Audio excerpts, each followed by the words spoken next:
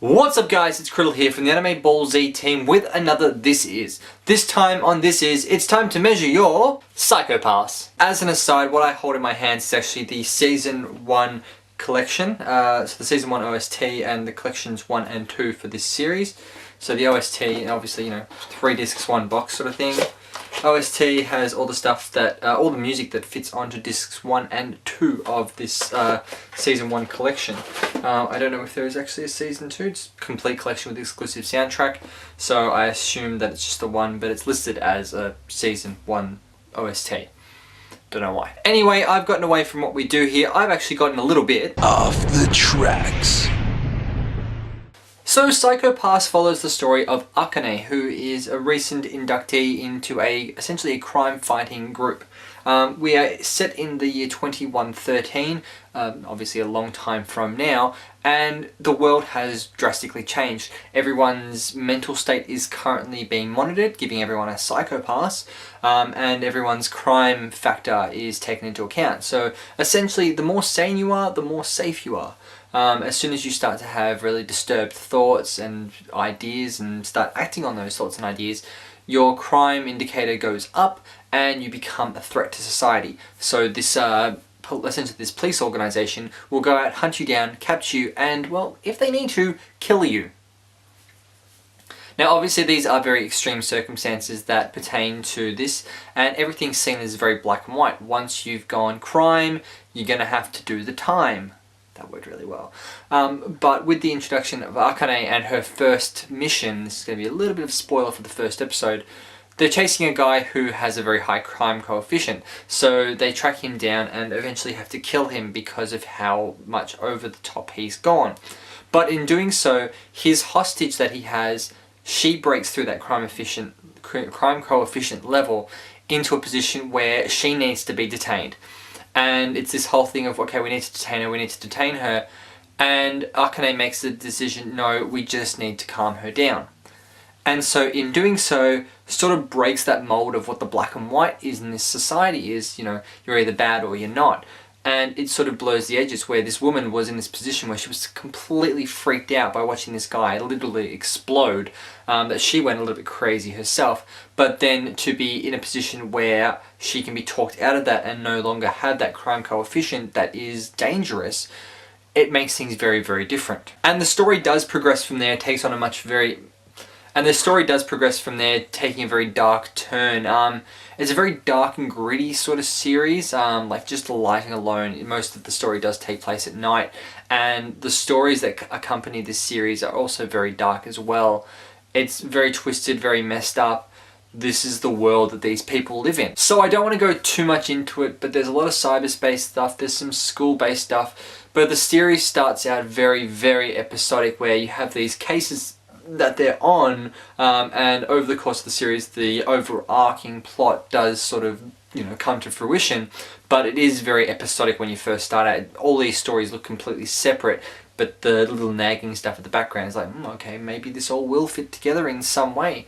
Let's find out. As an added note, all of the people within this crime squad that aren't sort of like the inspector level people, or essentially the grunts, are all people that have had a very high crime coefficient. Their crime coefficient is very high, and as a result, they can be detained in the same way that anyone else is detained, with these things called the Dominators, which are these handguns that are very sentient handgun that respond to people's crime coefficient.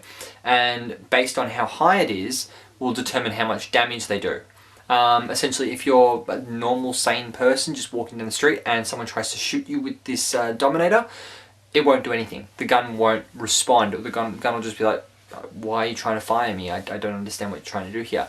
But when your crime coefficient goes up and up and up, it slowly becomes a more powerful attack to subdue you, to the point where if your crime coefficient goes too high, the gun will have no other choice but to dispose of you. And all these, crime fighters in this organization pretty much all have a very high crime coefficient, which means that if they break orders or they try to do something that's out of line with what their inspector has decreed, their inspector can shoot them to detain them so that they can then be, rehabilitated and put back into the force if need be. So I don't want to spoil too much of the plot, so I'm going to leave things there, but let's have a look at the characters in a little bit more detail as we look at the good, the bad, and the dubbers.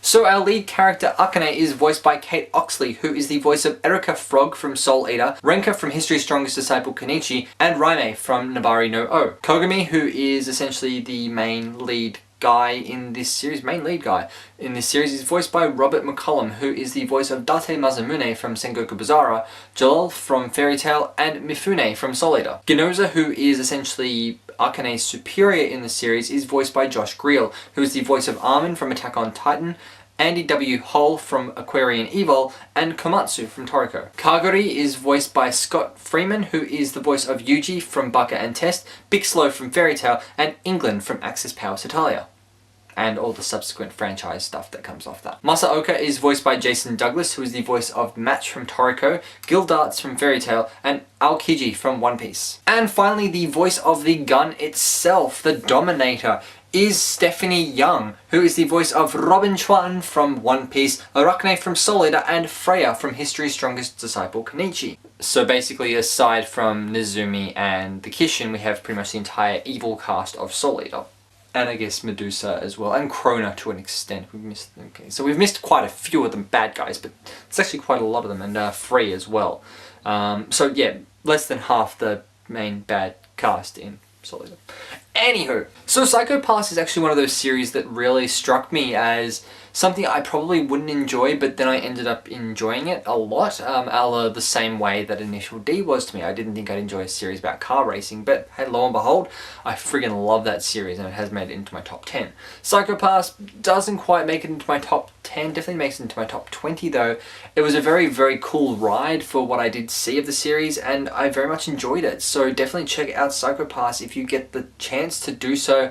It's actually a very, very cool series, and I can guarantee that most people will very much enjoy it. So that's enough from me. I'm Criddle, this has been Psycho Pass on another This Is, and I'll catch you guys on the flip side.